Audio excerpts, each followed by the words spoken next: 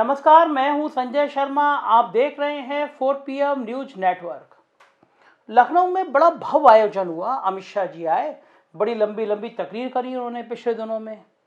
हमने लेंस लगा के देखा कि अमित शाह के मंच पर राजनाथ सिंह कहाँ हैं। पड़ोस में खड़े हुए अपने टेनी भैया तो नजर आ गए, लेकिन राजनाथ सिंह नजर नहीं आए। फिर पूर्वांचल एक्सप्रेसवे का उद्घाटन हुआ, बड़े बड़े हवाई जहाज उतरे। हमको लगा अब राजनाथ सिंह नजर आएंगे, राजनाथ सिंह फिर नजर नहीं आए। मैं ये 2 उदाहरण बता रहा हूं आपको। पिछले 1 सालों में बहुत बड़े बड़े आयोजन हुए उत्तर प्रदेश में, मगर राजनाथ सिंह कहीं नजर नहीं आए। कुछ समय पहले की बात है, कुछ साल पहले की बात है, लखनऊ में डिफेंस एक्सपो का कार्यक्रम हुआ। रक्षा मंत्री का अपना कार्यक्रम और लखनऊ के सांसद खुद रक्षा मंत्री हैं। पूरा शहर होर्डिंग से भर गया था। इतना भव्य आयोजन लखनऊ में शायद पहले कभी नहीं हुआ होगा। लेकिन जो यूपी सरकार की तरफ से होर्डिंग लगे थे, उसमें से भी राजनाथ सिंह का फोटो गायब था। लोगों ने हैरानी जताई कि डिफेंस एक्सपो का कार्यक्रम है, राजनाथ सिंह का कार्यक्रम है, और यूपी सरकार ने होर्डिंग के फोटो में से राजनाथ सिंह को ही गायब कर दिया। दरअसल जैसे यूपी दरबार और दिल्ली दरबार की लड़ाई चल रही है, कहा जाता है दिल्ली दरबार भी राजनाथ सिंह से 1 फुट की दूरी बना के चलता था, इसीलिए यूपी दरबार भी राजनाथ सिंह से दूरी बना के चलने लगा।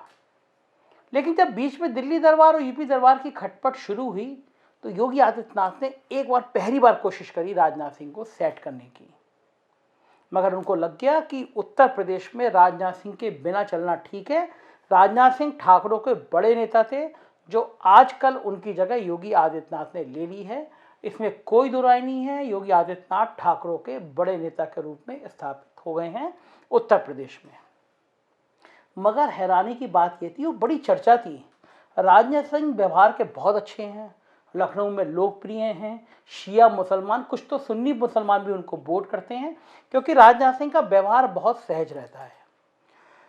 लेकिन उत्तर प्रदेश की राजनीति में जो इंसान कभी उत्तर प्रदेश का मुख्यमंत्री रहा हो, जो इंसान कभी उत्तर प्रदेश का सबसे बड़ा नेता रहा हो, पिछले 1 सालों में जितने बड़े भव्य आयोजन हुए, उसमें राजनाथ सिंह कहीं नजर नहीं आए। तो क्या ये उत्तर प्रदेश से राजनाथ सिंह की विदाई की एक पटकथा लिखी जा रही थी? पटकथा लिख दी जाती है अगर योगी आदित्यनाथ जी की सरकार ने रायता नहीं फैला दिया होता और दिल्ली दरबार को समझ में ये नहीं आ गया होता कि लखनऊ में और उत्तर प्रदेश में उनके पत्ते पिट गए, सरकार की विदाई होने की स्थितियां आ गई हैं, हालात बेकाबू हैं। गांव-गांव में महंगाई का, भ्रष्टाचार का, बेरोजगारी का तांडव हो रहा है। लोग परेशान हैं, लोग दुखी हैं। आप अगर 10 लोगों में से बात करने चले जाइए तो 8 लोग कहेंगे कि वो सरकार से नाराज हैं, दुखी हैं, परेशान हैं।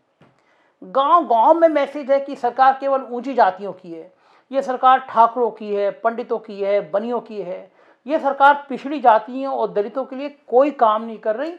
ये सरकार में आम चर्चा बन गई है गांव-गांव तक सरकार की।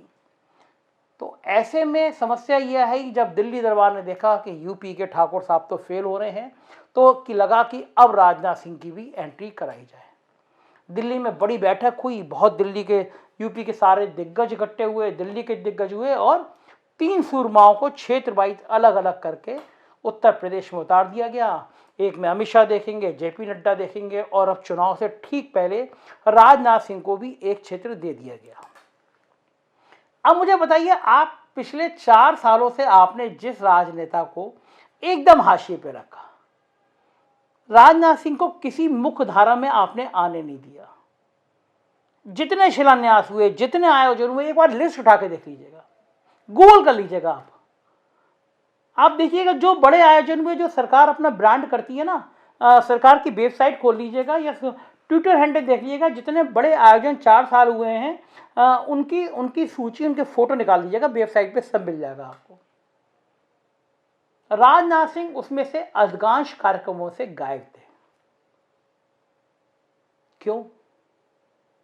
राजनाथ सिंह जैसे कद्दावर नेता को उत्तर प्रदेश की बीजेपी की राजनीति से दूर करने का षड्यंत्र कौन रच रहा था?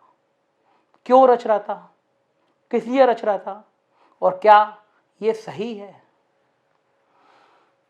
राजनाथ सिंह बीजेपी के उन नेताओं में से हैं जिन्होंने अपना पूरा जीवन बीजेपी के लिए कुर्बान किया है।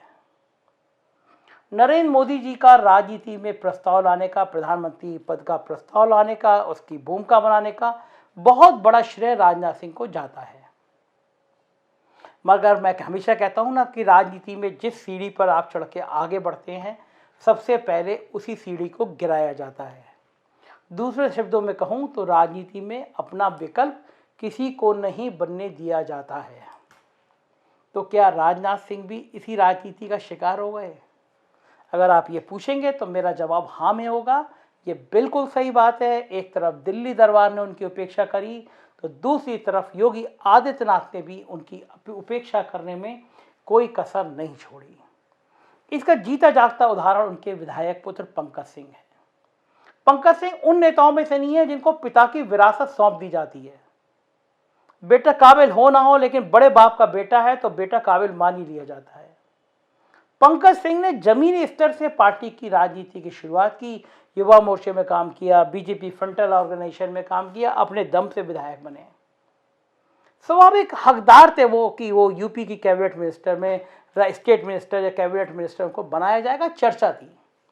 तमाम बड़े बड़े नेताओं के पुत्र जो हैं वो बन गए हैं, मिनिस्टर बन गए। आप देखिए कल्याण सिंह के बेटा राजवीर सिंह का बेटे राजमंत्री संदीप सिंह, लालजी टंडन के बेटे आशुतोष टंडन, तमाम नेताओं के बेटे एडजस्ट हो गए।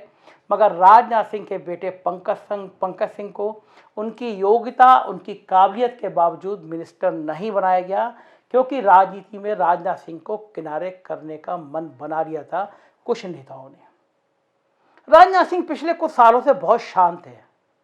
वो समझ रहे हैं कि राजनीति के बहाव अभी उनके पक्ष में नहीं है। लेकिन ये बात भी तय है, राजनाथ सिंह इतने राजनीति के कम माहिर खिलाड़ी भी नहीं है, उन्हें भी राजनीति करना आती है। और राजनाथ सिंह की सबसे बड़ी विशेषता ये है कि उन जितना सत्ता पक्ष में लोग उनके दोस्त हैं, उतना ही विपक्ष में भी उनके लोग मुरीद रहते हैं। राजनाथ सिंह अपने व्यक्तिगत रिश्ते बहुत अच्छे रखते हैं, विपक्ष के नेताओं से भी, मीडिया से भी और पार्टी के संगठन के लोगों से भी। तो जाहिर है राजनाथ सिंह की ये उपेक्षा एक सोची समझी रणनीति का हिस्सा थी। और अब ऐसे दौर में जब चुनाव को मोटा मोटा 100 दिन रह गए हैं और जब समझ में आ रहा है कि बीजेपी की हालत बहुत ख़राब हो गई है, कल जो पूर्वांचल एक्सप्रेस वे में दिन और रात में जो भीड़ उमड़ी है, उसने लखनऊ से दिल्ली तक बीजेपी के नेताओं की नींदें उड़ा दी हैं। दिल्ली में आज की मीटिंग में, आज की बैठक में इस बात की चर्चा बहुत रही कि अचानक क्या हो गया है कि जन समर्थन अखिलेश यादव की तरफ एकदम उभरता हुआ नजर आ रहा है। तो सब समझ गए हैं कि इस बार बाजी पलट गई, पत्ते निकल गए। तो पत्ते निकल गए तो हम क्यों डूबेंगे सनम, हम डूबेंगे तो तुम्हें भी ले डूबेंगे। इस तर्ज पर राजनाथ सिंह को लाकर एक बड़े हिस्से की कमान दी गई है कि हजूर अब आप संभालिए। तो देखना ये होगा, जिस नेता को इतने साल तक उपेक्षित रखा गया था, वो नेता अब बीजेपी के लिए क्या कर सकता है, क्या हुनर दिखा सकता है। लेकिन ये खराब बात है कि इतने बड़े नेता को इस हद तक उपेक्षित किया गया भाजपा में। देखते रहिए 4PM न्यूज़ चैनल, क्योंकि यही बेखौफ पत्रकारिता का दूसरा नाम है। एक व्हाट्सएप नंबर आ रहा है, थोड़ी मदद कीजिए, मैसेज करिए, दोस्तों से कहिए सब्सक्राइब करें, क्योंकि सच बोलने वाले चैनल का नाम ही है 4PM। Thank you.